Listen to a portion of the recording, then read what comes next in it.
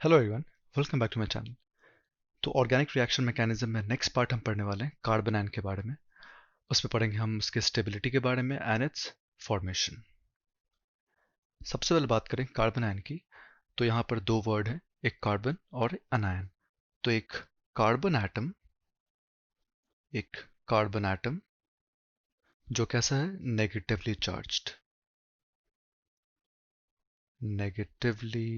Charged. तो एक negatively charge carbon atom को हम क्या बोलते हैं, कार्बन आयन। ठीक है। इसके पहले हमने कार्बोकैटायन पढ़ा, उसमें हमने क्या देखा था कि एक पॉजिटिवली चार्ज कार्बन एटम को हम बोलते हैं कार्बोकैटायन। तो इसके एग्जांपल्स क्या हो सकते हैं, जैसे पहला है यहाँ पर मिथाइल कार्बन आयन, देन यहाँ है इथाइल कार्बन आयन, यहाँ है बेंजाइल कार्बन आयन। ऐसे ही बहुत तरह के कार्बन आयन हो सकते हैं। अब बात करें हम फीचर्स की, तो फीचर सबसे पहला क्या है, इसमें ऑक्टेट कंप्लीट होता है, यानी कि इसके आउटरमोस्ट शेल में 8 इलेक्ट्रॉन्स होते हैं, तो वो स्टेबल होता है एज कम्पेयर टू कार्बोकैटायंस। क्योंकि कार्बोकैटायंस में क्या होता है, ऑक्टेट इनकम्प्लीट होता है, वहाँ आउटरमोस्ट शेल में 6 इलेक्ट्रॉन्स होते हैं। It can act as a Lewis base and also as a nucleophile, यानी इसके ऊपर नेगेटिव चार्ज यानी कि एक्स्ट्रा अनपेयर्ड इलेक्ट्रॉन्स हैं, लोन पेयर ऑफ इलेक्ट्रॉन्स हैं, तो वो डोनेट कर सकते हैं किसी भी इलेक्ट्रोफिलिक सेंटर पे, तो एक न्यूक्लियोफाइल की तरह भी एक्ट कर सकता है। और कहीं से प्रोटॉन एब्स्ट्रैक्ट कर सकते हैं, इसलिए वो लुईस बेस की तरह भी एक्ट कर सकता है। अब बात करें, it is diamagnetic in nature because इसके पास आउटरमोस्ट शेल में 8 इलेक्ट्रॉन्स है, कोई भी अनपेड इलेक्ट्रॉन नहीं है। ठीक है। तो इससे क्या हो गया, डायामैग्नेटिक इन नेचर। नेक्स्ट बात करें हाइब्रिडाइजेशन की, बहुत इंपॉर्टेंट है। हाइब्रिडाइजेशन यहाँ पर sp3 हो सकता, sp2 हो सकता और sp भी हो सकता। ठीक है। अगर स्टेबिलिटी की बात करें तो sp की स्टेबिलिटी ज़्यादा होगी as compare to sp2 as compare to sp3, because ये नेगेटिव चार्ज जहाँ एस कैरेक्टर ज़्यादा होता है वहाँ पर ज़्यादा स्टेबल होता है। तो यहाँ क्या है, 50% एस कैरेक्टर है, यहाँ क्या है 33.3% और यहाँ 25%। एग्जाम्पल्स की बात करें, अगर हम sp3 देखें तो sp3 का शेप कैसा होगा, पिरामिडल, पिरामिडल शेप होगा। कैसा, जैसे मान लो आपने मिथाइल बना दिया, मिथाइल कार्बन आयन, तो वो कुछ इस तरीके का होगा। तो ये कैसा हो गया हमारा sp3 hybridised carbon ion. sp2 की बात करें तो आप CH2 double bond CH minus charge, ये sp2 हो गया। sp की बात करें CH triple bond C minus. ठीक है। मोस्ट कॉमनली हम sp3 देखते हैं। नेक्स्ट बात करें स्टेबिलिटी की, तो स्टेबिलिटी बहुत इंपॉर्टेंट है, क्योंकि जहाँ पे भी आपका कार्बन आयन का फॉर्मेशन होगा वहाँ पर स्टेबिलिटी ऑफ कार्बन बहुत इंपॉर्टेंट है। जैसे कि अगर हम बात करें E1CB रिएक्शंस के अंदर, या फिर डीकार्बोक्सिलेशन रिएक्शंस के अंदर, या किसी भी एसिड बेस रिएक्शन के अंदर जहाँ भी कॉन्जुगेट बेस बनता है, तो एसिडिक बेसिक स्ट्रेंथ में भी वो काम आता है, ये हमारा स्टेबिलिटी ऑफ कार्बन है। अब स्टेबिलिटी की बात करें तो वो इंक्रीज होता है जितने भी नेगेटिव इफेक्ट्स है, जैसे कि -I -M, और डिक्रीज होता है जितने भी पॉजिटिव इफेक्ट है, जैसे कि +I एंड +M। यहाँ हम हाइपर कॉन्जुगेशन की बात नहीं करेंगे, क्योंकि कार्बन आयंस के अंदर हाइपर कॉन्जुगेशन नहीं देखने को मिलता है, ये हमने पहले जीओसी में बात करी है। ठीक है, यानी कि अगर आप +I इफेक्ट लगाएंगे तो कार्बन आयन अनस्टेबल हो जाएगा, +M लगाएंगे तो अनस्टेबल हो जाएगा, क्योंकि कार्बन आयन ऑलरेडी एक इलेक्ट्रॉन रिच स्पीशीज है, इलेक्ट्रॉन डेफिशिएंट नहीं है। तो उसके ऊपर अगर आप एक्स्ट्रा इलेक्ट्रॉन डेंसिटी प्रोवाइड करोगे तो वो अनस्टेबल हो जाएगा। ठीक है। अगर आप -I ग्रुप लगा दो और उससे इलेक्ट्रॉन को विड्रॉ करो, ठीक है, तो वो स्टेबल होगा, क्योंकि वहां पर इलेक्ट्रॉन डेंसिटी डिस्पर्स हो रही है। ठीक है। चलो अब बात करते हैं फॉर्मेशन ऑफ कार्बन आयंस की। फॉर्मेशन सबसे पहला तरीका क्या है, प्रोटॉन एब्स्ट्रैक्शन। ठीक है, क्या होता है यहाँ पर कि किसी भी ऐसे कंपाउंड जहां पर एसिडिक H हो, वहां पर अगर आप अप्रोप्रिएट बेस डाल दो, ठीक है, तो क्या होगा, वो बेस यहाँ से H को एब्स्ट्रैक्ट कर लेगा और क्या बना देगा, ये अगर एसिड है तो ये क्या बन गया, कॉन्जुगेट बेस बन गया। ठीक है, और ये H प्लस बेस के साथ अटैच हो जाएगा। ठीक है, तो ये जो बना है स्पीशी वो क्या है, आपका कार्बन है। ठीक है। चलो एग्जाम्पल देखते हैं। अगर आपने यहाँ पर बेस डाल दिया तो यहाँ पर सबसे एसिडिक H कौन सा है, ये वाला है, क्योंकि अगर आप यहाँ से H निकालोगे तो क्या बन जाएगा, RCH minus C double bond O R। अब ये कॉन्जुगेट बेस काफ़ी स्टेबल है, क्योंकि यहाँ पर रेजोनेंस हो जाएगा, और रेजोनेंस स्टेबलाइज्ड कार्बन, ये आपका नेगेटिव चार्ज स्पीशीज क्या होते हैं, ज़्यादा स्टेबल होते हैं। यहाँ बात करें तो यहाँ अगर आपने बेस डाला तो ये यहाँ से इस हाइड्रोजन आइटम को निकाल देगा, क्या बन जाएगा, R CH माइनस NO2। अब NO2 हमें पता है कि माइनस हम लगा सकता है, तो ये इधर डिस्पर्स हो जाएगा रेजोनेंस में, स्टेबल हो गया वो। तो यहाँ पे भी हमारा क्या देख सकते हैं कि जो भी एसिडिक H है वो निकलता है, तो हमारा क्या बनता है, कार्बन आयन का फॉर्मेशन होता है। चलो नेक्स्ट बात करें D carboxylation reactions. D carboxylation मतलब क्या है, यहाँ पर CO2 मॉलिक्यूल बाहर निकलता। ठीक है, अब देखो यहाँ क्या होता है, अब पूरा मैकेनिज्म तो नहीं देख रहे हम, यहाँ जो नेगेटिव चार्ज है O के ऊपर वो इधर जाएगा और ये इस तरफ से बाहर निकल जाएगा। क्या बन जाएगा यहाँ पर R माइनस के साथ CO2। अब ये जो R माइनस मिला है वो क्या हमारा कार्बन आयन। अब मान लो कि यहाँ पर R, ये R क्या है, R तो बदल सकता है, वो मिथाइल हो सकता है, इथाइल हो सकता है, कोई और सब्स्टिट्यूट वहाँ पे ऐड हो सकता है। तो अगर यहाँ पर हम बात करें रेट ऑफ डीकार्बोक्सिलेशन की, तो वो प्रोपोर्शनल होता है स्टेबिलिटी ऑफ कार्बन आयन के। ठीक है, जितना स्टेबल आपका कार्बन आयन होगा उतना ही ज़्यादा आपका फास्ट रेट ऑफ रिएक्शन होगा डीकार्बोक्सिलेशन का। ठीक है, क्योंकि ये जो बनेगा रिएक्शन उतना ही ज़्यादा ये, अगर ये R माइनस काफ़ी स्टेबल हुआ तो ये रिएक्शन फॉरवर्ड की तरफ ज़्यादा मूव करेगा क्योंकि वो ज़्यादा बनना चाहेगा। नेक्स्ट बात करें addition of nucleophiles to any alkene and alkyne. ये भी एक तरीका है कार्बन आयन का फॉर्मेशन का। जैसे हमने यहाँ पे कोई न्यूक्लियोफाइल ले लिया, उसने आकर इस कार्बन पर मान लीजिए अटैक कर दिया, तो यहाँ पर कार्बन की वैलेंसी क्या होगी, 5 हो जाएगी, तो ये बॉन्ड इधर शिफ्ट करेगा। तो क्या बन जाएगा कुछ इस तरीके से, यहाँ न्यूक्लियोफाइल ऐड हो गया और यहाँ के बन गया नेगेटिव चार्ज। तो यहाँ हमारा क्या बन गया, कार्बन आयन बन गया। वैसे यहाँ पे आप अल्काइन भी ले सकते हो, वहाँ पे भी न्यूक्लियोफाइल का अटैक कराकर सिंपली आप कार्बन आयन का फॉर्मेशन करा सकते हो। नेक्स्ट तरीका है ऑर्गेनोमेटेलिक कंपाउंड्स का फॉर्मेशन करके। ऑर्गेनोमेटेलिक का मतलब आपने किसी मेटल का रिएक्शन करा दिया है कार्बन कंटेनिंग स्पीशीज के साथ। तो यहाँ देखो, जैसे RBr ले लिया आपने और रिएक्शन करा दिया मैग्नीशियम के साथ, तो क्या बन जाता है RMgBr, जिसे हम ग्रेगनार्ड रिएजेंट भी बोलते हैं, ग्रेगनार्ड रिएजेंट। ठीक है, यहाँ पे क्या R माइनस है, Br माइनस है और Mg2+ है। तो यहाँ पे R माइनस बन गया, तो ये एक न्यूक्लियोफाइल की तरह भी एक्ट करता है। नेक्स्ट बात करें Ri+2Li, तो ये बन जाएगा आपका RLi+LiI। ठीक है, तो इसे क्या बोलते हैं हम, अल्काइल लिथियम रिएजेंट। ठीक है, नेक्स्ट हमारे ले लिया हमने ये रिएक्शन ले लिया, तो ये स्पेशली इसे क्या बोलते हैं हम, गिलमन्स रिएजेंट, गिलमन्स रिएजेंट। और यहाँ बनेगा क्या, R2CuLi प्लस LiI। ठीक है, तो यहाँ सभी क्या है, R के ऊपर क्या है, नेगेटिव चार्ज है, तो ये सभी क्या है, कार्बन आयन का सोर्स। क्लियर है। चलो, ऐसे बहुत सारे और भी, जैसे E1CP रिएक्शंस के अंदर भी कार्बन आयन का फॉर्मेशन होता है। तो हम जब फर्दर पढ़ेंगे रिएक्शन मैकेनिज्म में, आगे जब पर्टिकुलर रिएक्शंस पढ़ेंगे तो वहाँ पर जहाँ जहाँ बनेगा कार्बन आयन वहाँ पे हम देखते जाएंगे इसको। अब देखते हैं कुछ स्टेबिलिटी के एग्जाम्पल्स। जैसे सबसे पहला बहुत सिंपल एग्जाम्पल है, यहाँ हमारा क्या है, मिथाइल कार्बन आयन है। ये हमारा 1 डिग्री कार्बन आयन हो गया, ये 2 डिग्री हो गया और ये 3 डिग्री हो गया। ऑब्वियस बात है, डिग्री बढ़ती जाएगी तो यहाँ पे मिथाइल का जो प्लस आई इफेक्ट है वो भी बढ़ता जा रहा। उससे क्या होगी, जितना ज़्यादा डिग्री होगा उतना ही अनस्टेबल होता जाएगा वो, क्योंकि वहाँ पे इलेक्ट्रॉन डेंसिटी के ऊपर आप और एक्स्ट्रा इलेक्ट्रॉन डेंसिटी प्रोवाइड कर रहे हो। तो यहाँ क्या बोलेंगे स्टेबिलिटी ऑर्डर, मिथाइल की सबसे ज़्यादा, then ethyl, then isopropyl, then tert butyl carbanion. Clear है, यानी कि जैसे डिग्री बढ़ती है उतना ही ज़्यादा हमारा स्टेबिलिटी भी घटती जाएगी। लेकिन कार्बोकेटाइंस के अंदर या फिर फ्री रेडिकल्स के अंदर रिवर्स होता है, क्योंकि वो इलेक्ट्रॉन डेफिशिएंट मॉलिक्यूल्स होते हैं। ठीक है, चलो नेक्स्ट बात करें सेकंड एग्जांपल की। तो यहाँ देखो, हमें पता है कि हाइड्रोजन यहाँ पर किसी तरह का हाइपर कॉन्जुगेशन नहीं लगा सकता, किसी तरह का रेजोनेंस नहीं लगा सकता, लगाएगा तो सिर्फ और सिर्फ इंडक्टिव इफेक्ट। ठीक है, और यहाँ कंपेयर कर रहे हैं हम ड्यूटेरियम और ट्रिटियम के साथ। तो हमें पता है जितना हैवी आइसोटोप होता है उतना ज़्यादा प्लस आई इफेक्ट डोमिनेट करता है उसका। तो हम क्या बोलेंगे, ट्रिटियम और ड्यूटेरियम दोनों हाइड्रोजन से ज़्यादा प्लस आई देंगे, इसके वजह से वो कम स्टेबल होंगे। तो क्या बोलेंगे हम, hydrogen then deuterium then tritium, क्योंकि हैवी आइसोटोप क्या होते हैं, इलेक्ट्रो पॉजिटिव इन नेचर होते हैं। ठीक है, चलो नेक्स्ट एग्जाम्पल, एग्जाम्पल 3 में देखें। तो यहाँ पे सेम चीज़, यहाँ किसी तरह का हाइपर कॉन्जुगेशन की बात तो हम नहीं कर सकते, तो हम क्या बोलेंगे, CH3 CH3 और ये CH3, और बाकी सभी में हम सिर्फ और सिर्फ इंडक्टिव देखेंगे। तो इंडक्टिव अगर देखा जाए तो हम बोलेंगे फिर से वही चीज़, CT3 की सबसे ज़्यादा होती है एज कम्पेयर टू CD3, उसके बाद आता है कौन, CH3। तो फिर से वही, जितना ज़्यादा प्लस से ज़्यादा होगा उतना ही स्टेबिलिटी कम हो जाएगी। तो हम क्या बोलेंगे, ऐसा ऑर्डर हो जाएगा। ठीक है। अब यहाँ पे आपको मिक्स करके भी दे सकता है। मान लो आपको दे दिया यहाँ CH3 हटाकर CD3 कर दिया, ठीक है, तब भी आपको ऑर्डर सेम ही रहेगा।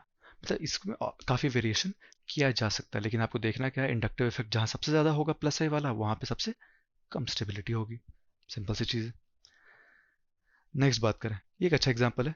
इसमें हमने ले लिया है जितने भी हाइड्रोजन्स हैं उनको ले लिया है। ठीक है। अब देखो यहाँ पर अगर बात करें CF3 की, तो CF3 में आपको पता है कि किसी तरह का no D orbital resonance observed, no D orbital resonance. ठीक है। लेकिन इन सभी के अंदर क्या होता है, डी ऑर्बिटल रेजोनेंस होता है। क्यों? क्योंकि ये सभी थर्ड पीरियड के हैं और फ्लोरीन आपका सेकंड पीरियड का है। पहली चीज।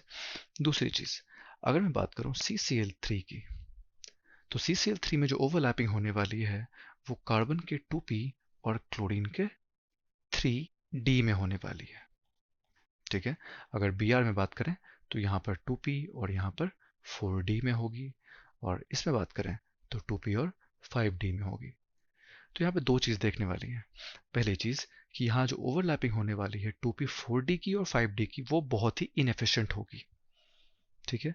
तो वहाँ पर जो कार्बन आयन की स्टेबिलिटी वो बहुत ही ज़्यादा कम होती है, वो वहाँ डिलोकलाइज नहीं कर पाया, क्योंकि जो डी ऑर्बिटल का शेप होता है वो 2p के कंपैरिजन में 4d और 5d का काफ़ी डिफ्यूज होता, तो वहाँ पे इफेक्टिव ओवरलैपिंग नहीं हो सकती। इसी रीजन की वजह से CBr3 और CI3 ये दोनों लास्ट में आएंगे। क्लियर है। अब CCl3 और CF3 में कंपेयर करें तो यहाँ पर जो भी डी ऑर्बिटल रेजोनेंस दिखा रहा है CCl3 के अंदर, उसमें नेगेटिव चार्ज ज़्यादा डीलोकलाइज होगा एज कंपेयर टू फ्लोरीन का हाई इलेक्ट्रोनेगेटिविटी से अट्रैक्ट होने वाला माइनस आई। ठीक है। तो यहाँ क्या बोलेंगे, सबसे ज़्यादा हो जाएगा हमारा CCl3 माइनस, क्योंकि यहाँ पर डी ऑर्बिटल रेजोनेंस देखने को मिलेगा इफेक्टिव। देन बात करेंगे हम CF3 माइनस, क्योंकि यहाँ पर हाई इलेक्ट्रोनेगेटिविटी की वजह से ये माइनस आई इफेक्ट शो करेगा।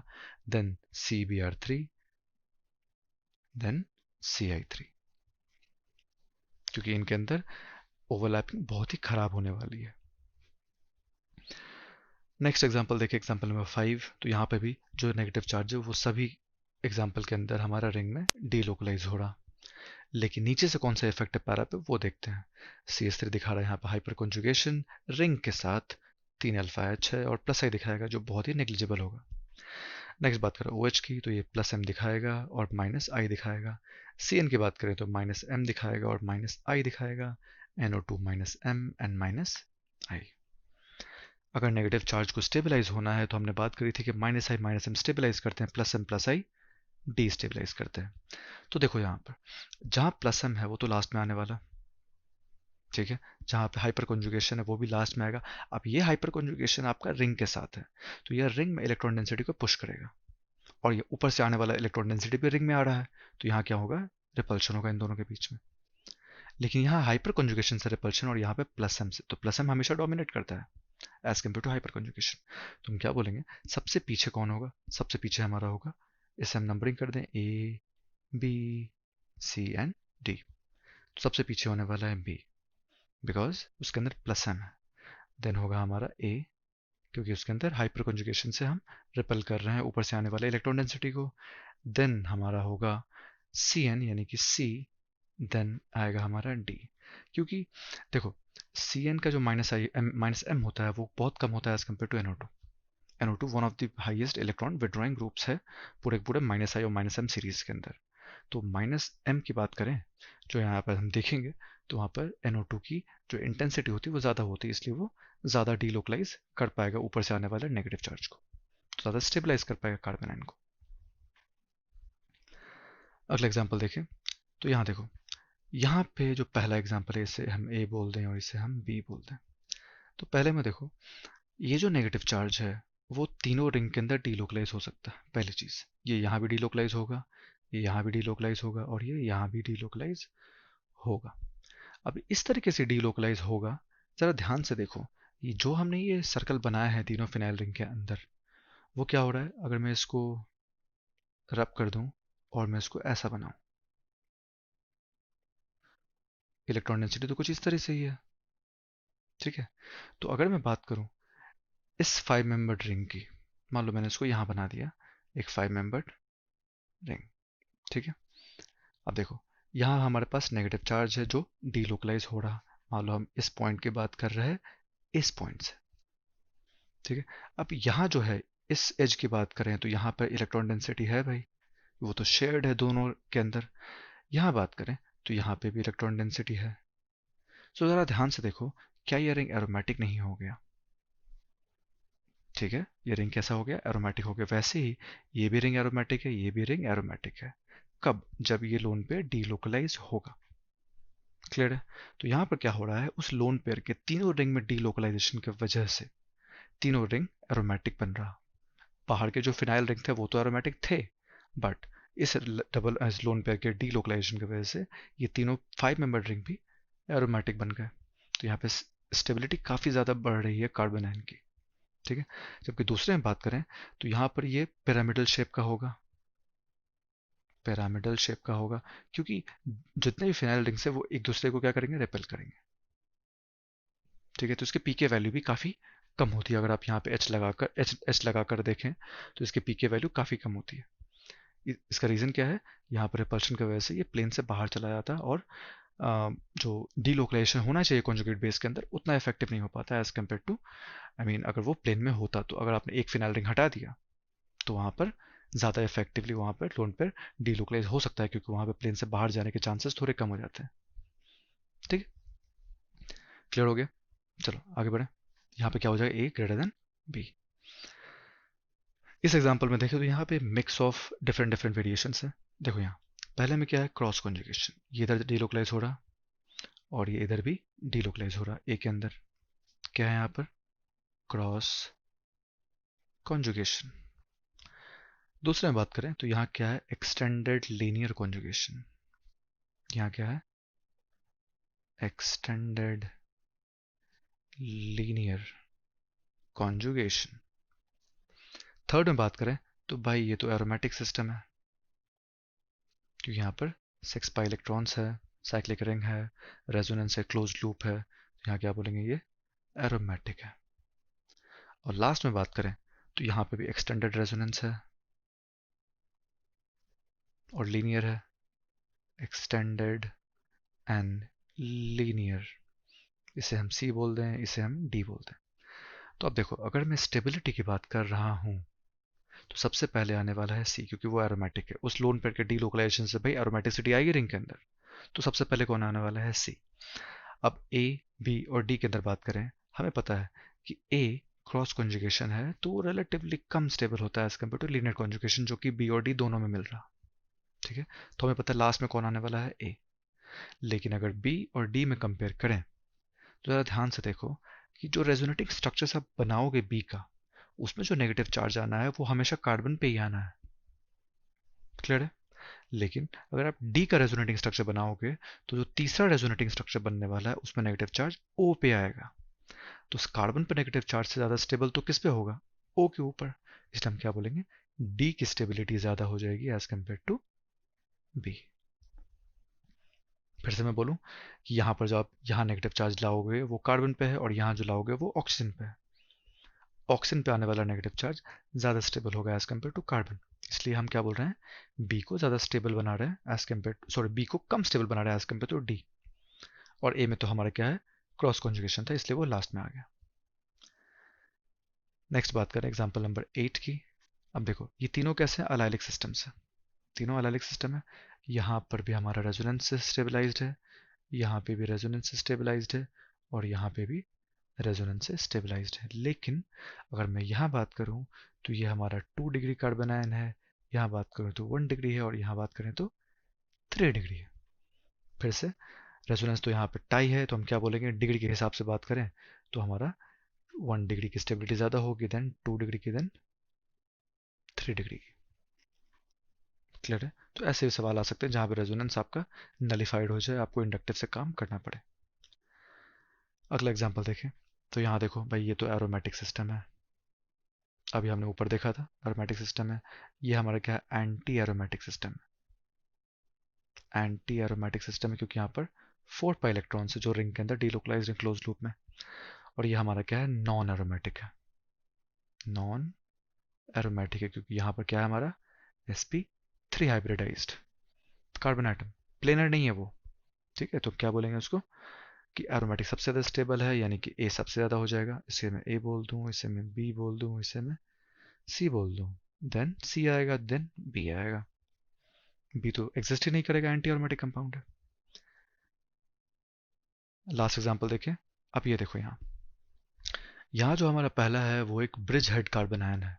अब हमें पहले पढ़ा था कि ब्रेड्स रूल क्या बोलता है कि कभी भी ब्रिज हेड पोजिशन पे sp2 हाइब्रिडाइजेशन पॉसिबल नहीं है। ठीक है, लेकिन यहाँ तो क्या है, ये sp3 हाइब्रिडाइज्ड है। जो ब्रिज हेड पोजिशन है वो तो sp3 हाइब्रिडाइज, तो वहाँ तो स्टेबल रह सकता है कार्बन आयन। लेकिन वो उसकी डिग्री देखो जरा सी, वो क्या है, 3 डिग्री भी है। चलो आगे देखें। इसको मैं ए बोल दूं, इसको मैंने बी बोल दिया। अब बी में देखो, क्या बी में डीलोकलाइज हो सकता है वो लोन पेयर? नहीं। अगर आप इसको डीलोकलाइज कराओगे इधर ओ की तरफ, तो यहाँ पे डबल बॉन्ड कैरेक्टर आएगा, उसके वजह से इस कार्बन एटम के ऊपर sp2 हाइब्रिडाइज का नेचर आ जाएगा। वो हम नहीं करा सकते, तो यहाँ पर ये डीलोकलाइजेशन नहीं हो सकता। इसका मतलब वो नेगेटिव चार्ज वहीं पे बैठा रहेगा। क्लियर है? चलो अब यहाँ बात करें। अगर आपने इसको डीलोकलाइज कराया यहाँ पर और इसको ऊपर मूव कराया, तो यहाँ देखो क्या बन जाएगा, यहाँ पे डबल बॉन्ड नेचर आ जाएगा, जिसके वजह से ये एंटी एरोमेटिक बन जाएगा। क्या बन जाएगा? एंटी एरोमेटिक सी के अंदर। तो देखो ध्यान से, बी और सी दोनों के अंदर डीलोकलाइजेशन नहीं होने वाला उस नेगेटिव चार्ज का। समझ आ गया कि अगर आप डीलोकलाइज कराओगे तो वो बहुत ही ज्यादा अनस्टेबल हो जाएगा, तो वो डीलोकलाइज करना ही नहीं चाहेगा, पहली चीज। दूसरी चीज, अब आप ये बोलोगे कि सर सी के अंदर तो एंटी एरोमेटिक कैरेक्टर है, वो तो सबसे ज्यादा कम स्टेबल होना चाहिए, सबसे कम स्टेबल होना चाहिए। तो ऐसा नहीं बोल सकते। ध्यान से देखो यहाँ पर, अगर मैं बात करूं ए बी और सी तीनों में कंपेयर करते हैं, ठीक है, तो ए के अंदर डिग्री क्या थी, अब डीलोकलाइज कहीं नहीं होने वाला। क्लियर है? तो इंडक्टिव की बात करें तो यहाँ पर देखो 3 डिग्री थी, यहाँ बात करें तो यहाँ पे भी 3 डिग्री है। लेकिन यहाँ पर इस sp2 हाइब्रिडाइज्ड कार्बन एटम से थोड़ा सा माइनस आई मिल रहा होगा। माइनस आई तो खींच ही सकता है वो, तो वहां पे यहाँ पे थोड़ा सा माइनस आई इफेक्ट भी है, जो स्टेबलाइज करेगा, यानी कि बी ज्यादा स्टेबल होगा एक ए से। ठीक है, हम लिख दें यहाँ पर बी इज मोर देन ए। अब देखो सी के अंदर बात करें तो सी के अंदर जो ये कार्बन आइटम था वो 2 डिग्री था, और यहाँ से थोड़ा सा माइनस आई भी मिल रहा था, और यहाँ पे भी sp2 है, तो यहाँ से भी थोड़ा और माइनस आई मिल रहा था इसको। क्लियर है? तो यहाँ पर 2 डिग्री भी है और माइनस आई भी इफेक्ट काफी ज्यादा है इसके अंदर, तो हम क्या बोलेंगे, सी सबसे ज्यादा हो जाएगा। क्लियर है? तो यहाँ पर डीलोकलाइज नहीं होगा बी और सी के अंदर, और हम सिर्फ और सिर्फ इंडक्टिव के बेसिस पे ही बोलेंगे। क्लियर है? तो आज की वीडियो में इतना ही। अगले वीडियो में हम बात करेंगे कार्बन फ्री रेडिकल्स की, उसका फॉर्मेशन, उसकी प्रॉपर्टी और उसकी stability. If you find this video helpful, please like, share and subscribe to the channel for more videos. Thank you so much for watching. See you in the next one.